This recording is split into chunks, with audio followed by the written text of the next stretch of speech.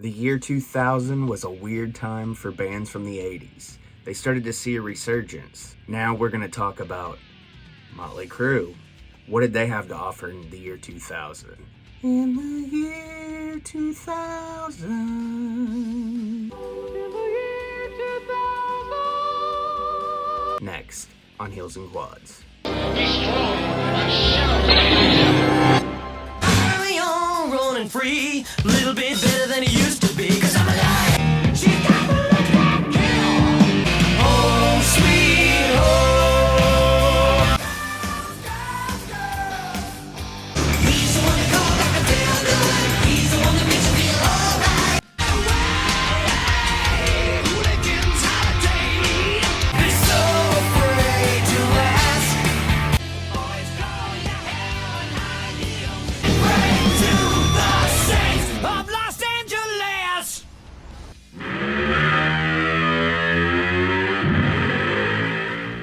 Welcome back, Heels and Quads Media here on YouTube. I am Tommy, and I'm back to talk about the year 2000 and Motley Crue. That's right, at number 8 is New Tattoo. Now, like I said in the intro, year 2000 and late 90s and early 2000s in general was a weird time for 80s bands because we started seeing these package tours.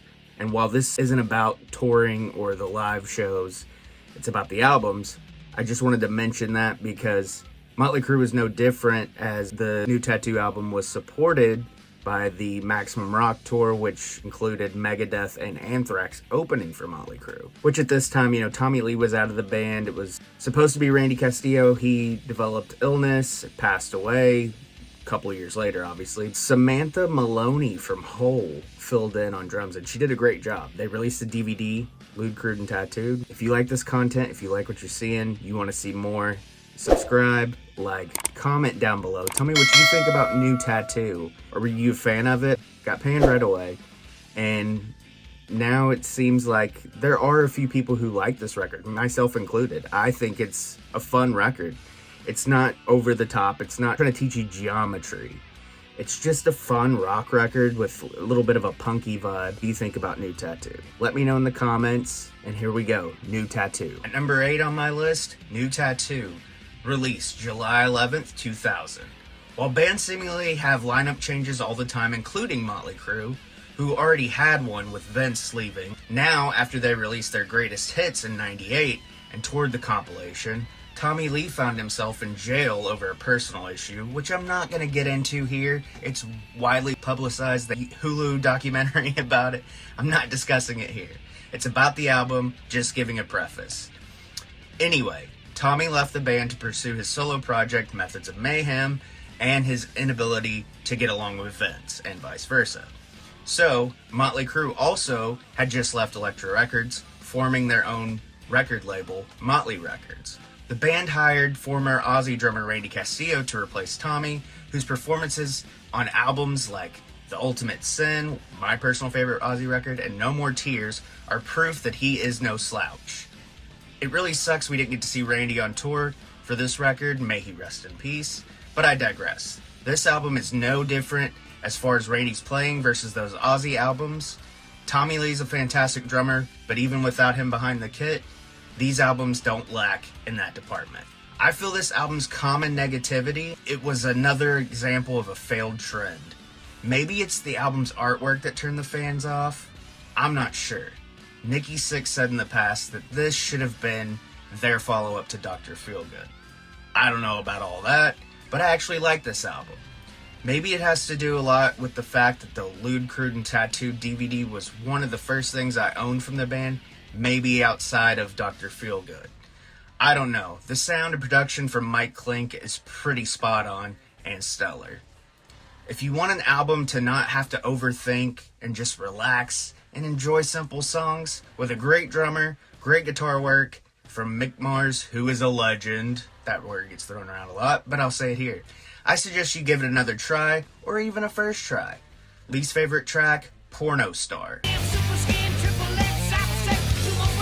Like many of my least favorite songs, it has to do with the title or the lyrics. The music sounds good, but the lyrical content, like, and I quote, .com, webcam, super scam, triple sex, cyber sex, Shoot my rocks on the box, peeping Tom on the net. Woof. And the na-na-na-na-nas. What is this, a theme to Daria? The title alone dates this one. Great solo, punky riff, great drumming, but it's a no from me, dog. Favorite track? I wish I could pick White Punks on Dope, but it's a Tubes cover. It's fun and features a talk box, which is right up my alley. But I'll go with Hell on High Heels. Yes, I know it's the single. But it's Motley in a nutshell. Drum sound killer, Mick rips, Vince sounds great. If Nicky does indeed play bass on that, again, not getting into that either. But it has those fun little lines that just keep it in the mix, especially in headphones. I wish the video was more of a girls, girls, girls vibe, but the animation is fun, and I'm nitpicking. It's about the song, not the video. Honorable mention, I'm gonna give it to the title track, New Tattoo. It's cliche and tacky, but overall it's a fun ballad with lyrical content that I think everybody has went through at some point in their lives. Even you tough metal guys that are watching this, don't fool yourself. I mean, you can keep lying to yourself, but you're only hurting yourself. It's got simple riffs, and of course, as every ballad has to have, great acoustic work. Vince really sounds great. I have to keep driving that home on these rankings because I think people forget that he was a good singer at one time. There you have it. At number 8 on my Motley Crue ranking list, it's New Tattoo from the year 2000. Like I said, it's a fun record. I think it could be a combination of Tommy Lee not being in the band. I think quite similar to the self-titled album from 94 with John Corabi filling in with Vince Neil, which we haven't talked about, but we will talk about soon. The cover is weird. People probably thought Motley Crue thought they were dragons now or something. I don't know. I just think it's just simple. It's simple rock, punky vibes, chunky guitars. Meg plays awesome throughout the record. Randy Castillo is a beast. It's not Tommy Lee, but, you know, Randy Castillo was in Ozzy's band, dude, in the 80s. So, I mean, he did a fine job. And it, like I said, it's sad that he didn't get to tour this record because I think it would have been fun. Also, Samantha Maloney does a fantastic job on this tour. It's cool. It's cool to see a female in a male-dominated band holding her own, pulling her weight. Go back and watch that Lou Cruden Tattooed DVD. If you have it, watch it again.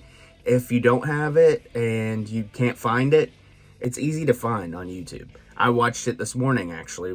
That's what took me so long to get this video out today. So, if you're watching this in the future, go check it out. But also make sure, please, subscribe, like, and comment. I appreciate all the views. I appreciate all the comments on the shorts, but let's get it going in the videos now. Actually sit down and watch these. Maybe I'm wrong, maybe I'm right sometimes, but it's fun. I'm doing all these albums in less than 10 minutes. Not just shorts, not 27 seconds, not 32 seconds, not 45 seconds, not a minute. Watch a full video. Take your time, digest it, get somebody's opinion, and then form your own. Or if you already have your opinion formed, let me know in the comments. Check out our website. The link is in the description. It'll take you to all of our social media pages, Patreon, merch. And if you go over there and you find something you like, come back here and tell me about it. I'll see you next time with more Motley Crue.